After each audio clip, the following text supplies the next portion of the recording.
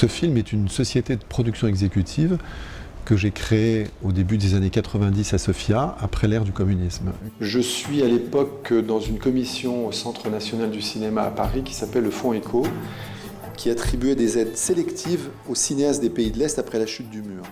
Mesure politique qui encourage les vraies coproductions avec les producteurs français. C'est avant tout une aventure humaine pour moi. Fonder une équipe, créer une société et en même temps la possibilité pour des producteurs français de faire des films qu'ils n'auraient pas pu faire en France pour des raisons de fragilité de financement ou de décor ou d'histoire d'ailleurs. Ma rencontre avec la Bulgarie se fait avec un texte, un scénario d'un jeune réalisateur bulgare et j'ai le désir de le rencontrer avec son co-scénariste et puis de voir ce pays, de voir la Bulgarie que je ne connaissais pas et Sofia. D'ailleurs, ce scénario deviendra la première coproduction entre la France et la Bulgarie. Ensuite, j'ai développé plusieurs projets de films avec des productions locales. Et à cette même époque, j'ai amené le tournage de Elle, un film de Valeria Sarmiento. La Bulgarie a permis que ce film existe.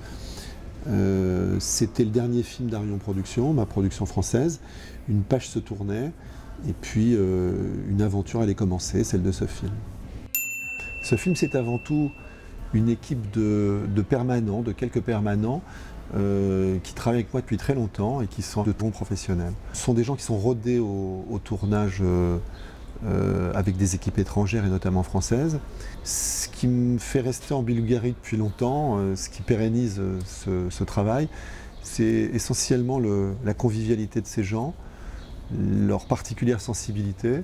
Ce sont des gens qui aiment le cinéma et qui ont un profond respect de la mission qu'on leur confie.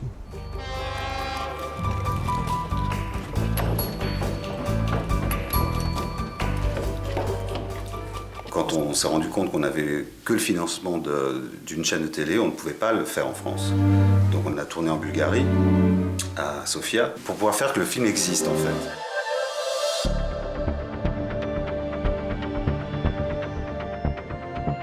L'Ukraine est une expérience atypique dans l'histoire de ce film. C'est un tournage hors les murs que nous avons fait. C'est à la fois une demande de décor de Jacques Malater, réalisateur de AO, et de son producteur Yves Marmion du GC.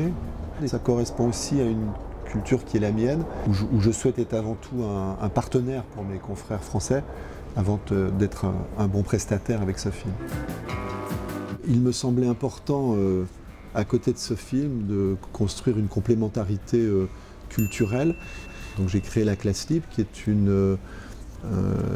qui sont des rencontres thématiques avec à la fois les professionnels, les étudiants, les cinéphiles. Je fais venir des personnalités qui, sur un sujet précis, viennent à la fois exposer, montrer des films et développer leur sujet. Voilà, ce sont des espaces qui, pendant un week-end, sont ouverts à tous.